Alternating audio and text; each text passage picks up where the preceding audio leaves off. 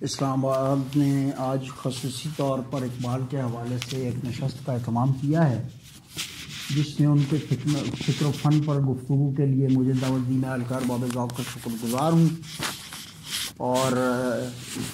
وہ محفلیں جو ہیں وہ یاد آتی ہیں۔ میں بہت زمانے بعد حلقے میں آیا ہوں، اور 28 سال تک میں اس کا باقاعدہ حاضر باش رکن رہا ہوں۔ 28 برس میں میں نے ایک جلسہ بھی مس نہیں کیا، چاہے وہ عید تھی، شب برات تھی، یا کچھ بھی تھا،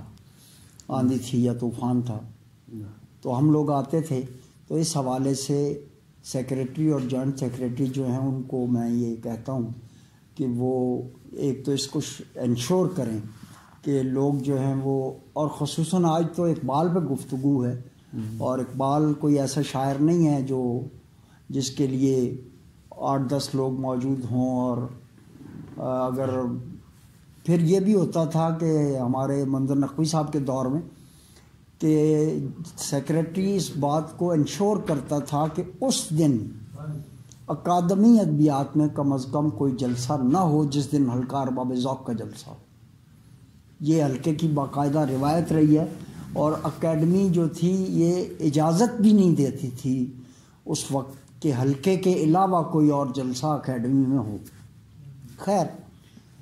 اقبال ہمارے جو بڑے شاعر ہیں ان میں آتے ہیں،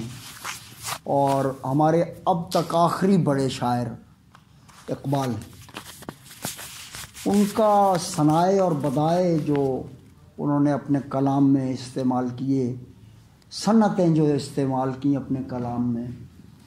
کوئی صنعت ایسی نہیں ہے لفظ نشر مرتب سے لے کر تنسیق الاعداد تک جو اقبال کے یہاں استعمال نہ ہوئی ہو۔ اور اقبال ایسے شاعر ہیں جنہوں نے نظم اور غزل کے درمیان تفاوت ختم کر دی۔ آپ ان کی غزلوں کو نظمیں اور ان کی نظموں کو غزلیں سمجھ کر پڑھ سکتے ہیں۔ اقبال نے غزل مسلسل کہی، اور اس میں اس کی زیریں سطح پر ایک معنی کی لہر جو ان کی پوری غزل میں چلتی ہے، اور ایک شعر کو دوسرے سے جدا کر کے دیکھا بھی جا سکتا تھا، لیکن وہ غزل کا وحدت تاثر جو تھا بنیادی طور پہ اقبال نے اس کا بہت خیال رکھا۔ وہ اپنے اسلوب کے موجد بھی ہیں اور خاتم بھی۔ ہمارے جو اہم شاعر ہیں، چاہے وہ فیض ہوں، چاہے وہ راشد ہوں، چاہے مجید امجد ہوں، چاہے ضیاء جلندھری ہوں، عزیز حامد مدنی ہوں، یہ جو نامور ہمارے نظم کے اور غزل کے شاعر گزرے ہیں، ان میں سے ایک بھی ایسا نہیں ہے جس پر اقبال کے اثرات فنی حوالے سے اقبال کے اثرات نہ ہوں، اور بعض پر فکری حوالے سے بھی اقبال کے اثرات موجود ہیں، اور ان میں سب سے زیادہ اثرات اقبال کے راشد پر ہیں۔ اگرچہ راشد کا گمان اقبال کا ممکن ہے، جن چیزوں کا گمان کر سکتے تھے راشد، اقبال نے ان کو ممکن بنایا۔ وہ چیزیں اقبال کے یہاں ممکن بنی جن کا گمان کرتے تھے راشد۔ تو جب میں یہ کہتا ہوں کہ اقبال راشد پر اقبال کا اثر ہے، تو ایک تو اسلوب میں جو گرینجر ہے راشد کے یہاں، وہ اقبال سے متاثر ہے۔ زندگی ہے زندگی میں تیرے در پر کھڑا ہوں، خرقہ پوش و پابگل، ملتجی و مزمحل، یہ جو زندگی والی نظم راشد کی ہے اس پر اقبال کے بہت اثرات ہیں، اور باقی نظموں میں بھی، جسم کی یہ کارگاہ ہیں جن کا ہیزم آپ بن جاتے ہیں ہم۔ لیکن اقبال کے یہاں جو بندش ہے اور مصروں کی جو نشست و برخاست لفظوں کی ہے، اس سطح پر راشد کی نظم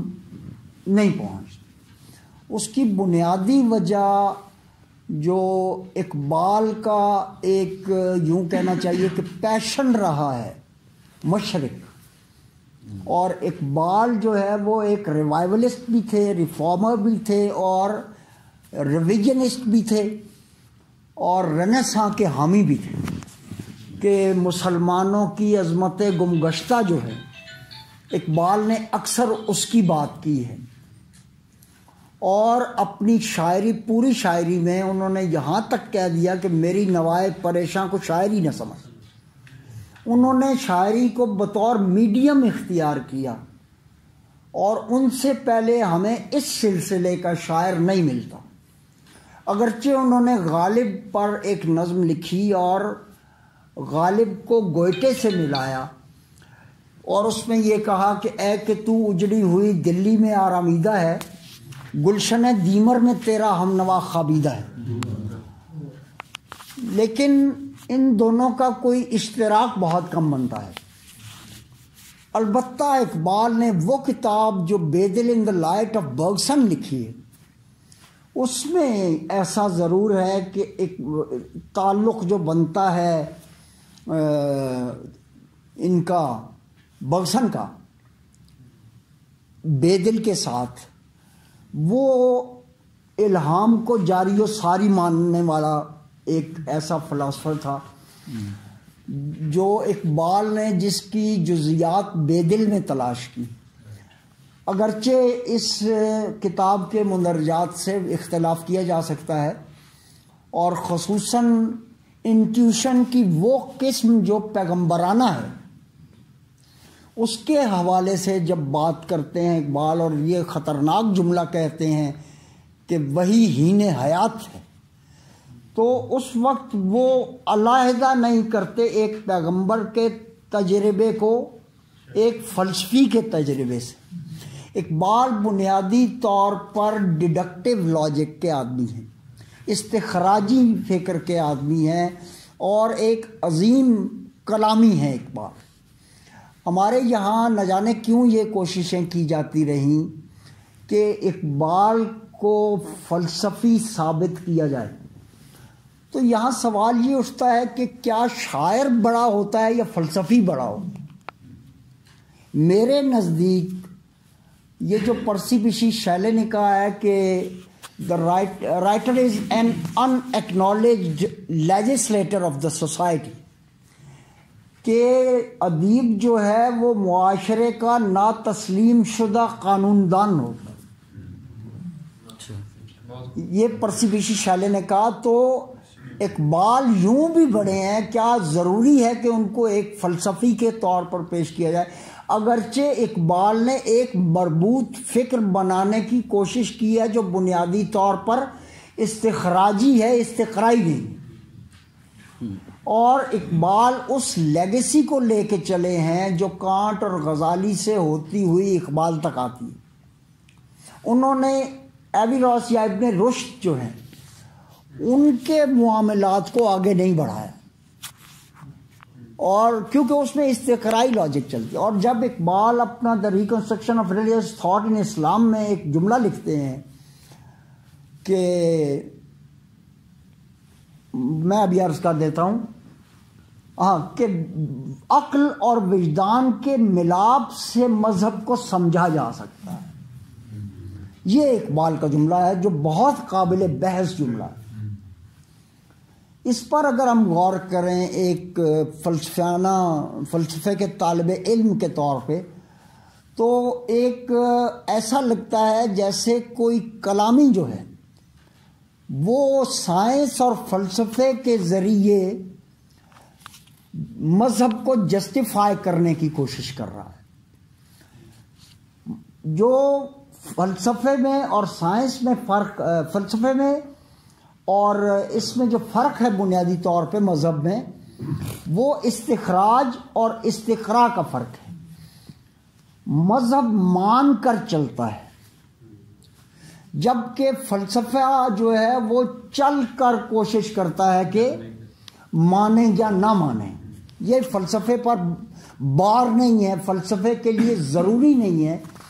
کہ فلسفہ جو ہے وہ ان باتوں کو تسلیم بھی کرے جو باتیں اس کے زیر بحث آ رہی ہیں۔ فلسفہ بنیادی طور پر ادعا اور تحکم کے بغیر حقیقت تک رسائی کی کوشش ہے، یہ فلسفہ، اور یہ استقرائی ہے۔ اقبال نے the reconstruction of religious thought in Islam میں پہلے سے لے کے 7ویں خطبے تک یہ کوشش کی ہے کہ وہ بنا ویسٹ کے لیے اور ایسٹ کے لیے، خصوصاً ویسٹ کے لیے۔ میرا خیال ہے کہ اقبال کی یہ کتاب جو ہے یہ ویسٹ کے لیے لکھی گئی ہے اور ایسٹ کے لیے نہیں، اور خصوصاً انہوں نے اپنی زندگی میں اس کو چھپوایا بھی نہیں۔ اور جب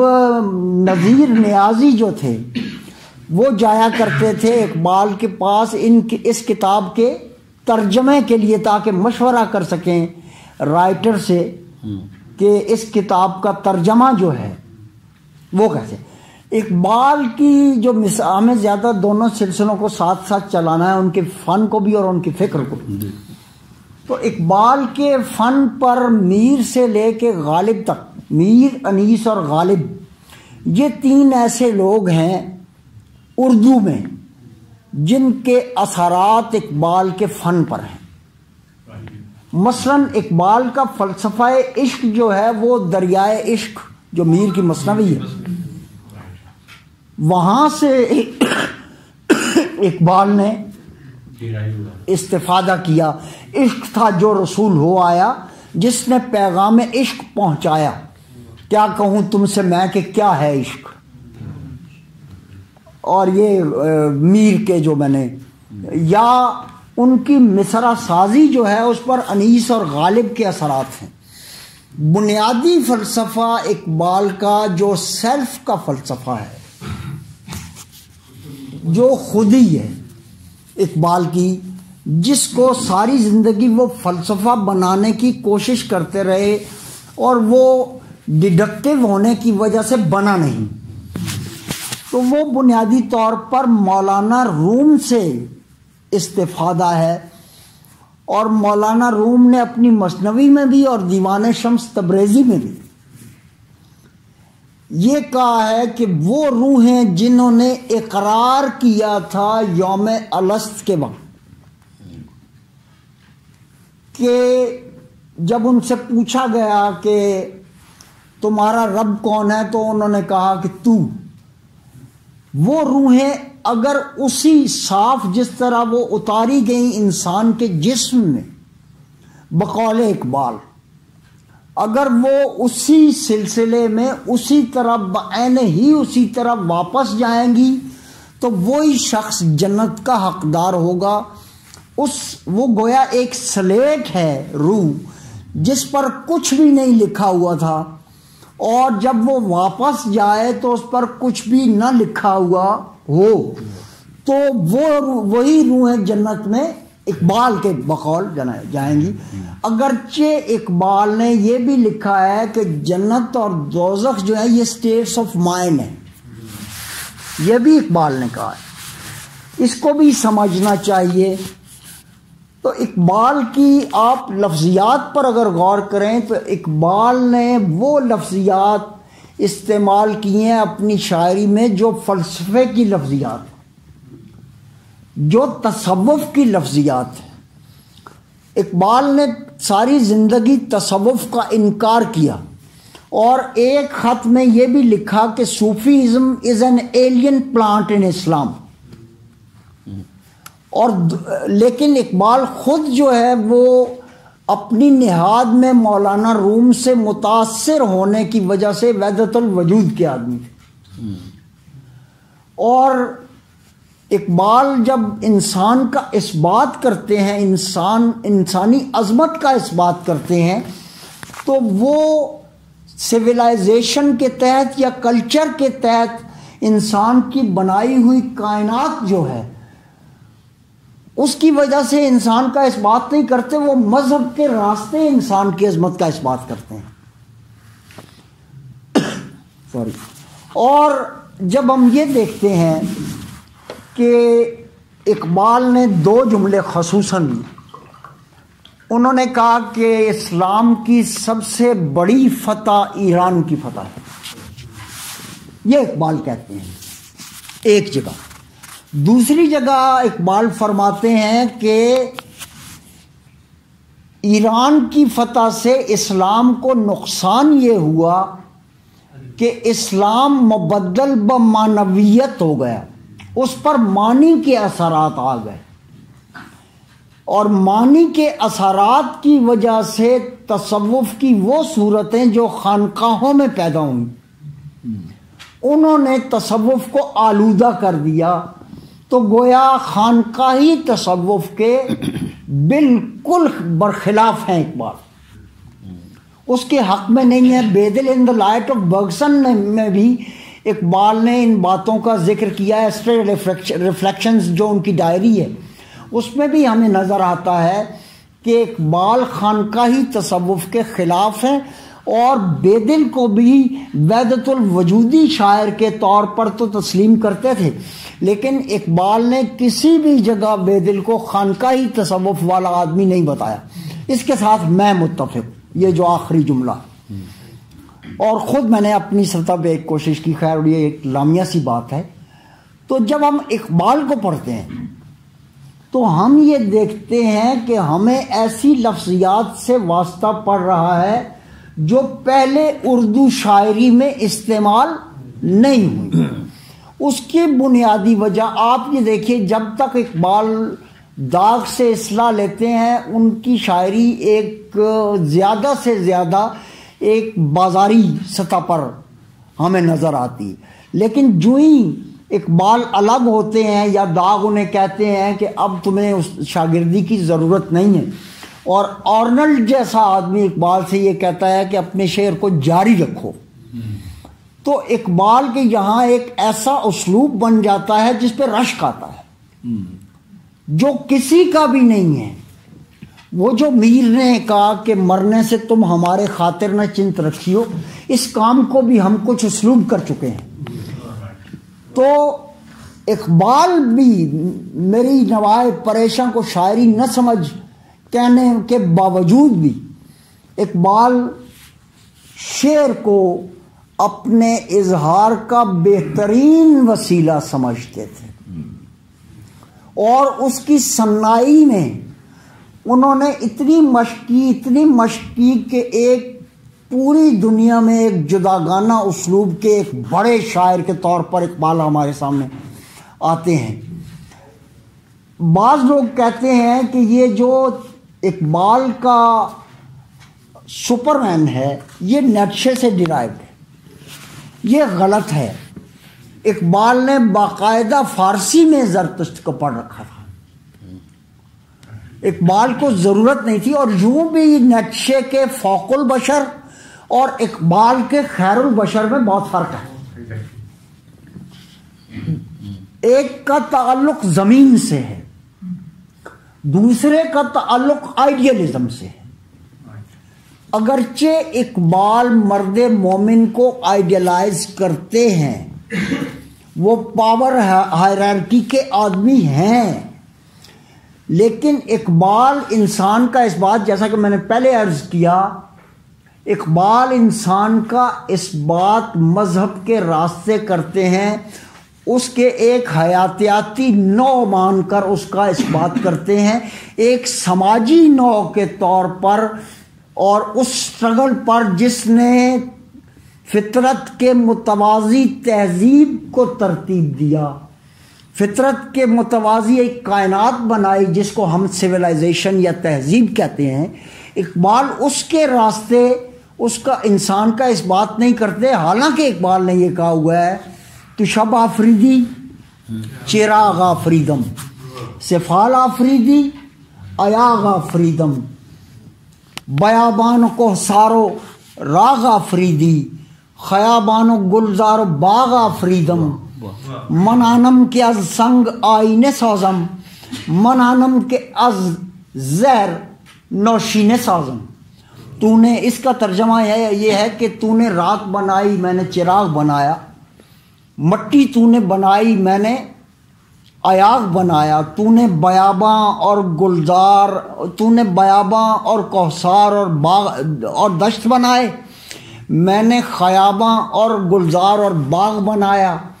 میں ہوں جس نے پتھر سے آئینہ بنایا، سنگ کو امرت کر ڈالا، نوشینہ بنایا۔ یہ اقبال انسان کی عظمت کا اعتراف اس ایک سطح پہ آپ کو دیکھے کہ وہ کر رہے ہیں، لیکن ان کا جو کانسیپٹ آف سپر مین تو نہیں کہنا چاہیے، کانسیپٹ آف مرد مومن ہے، وہ زمین سے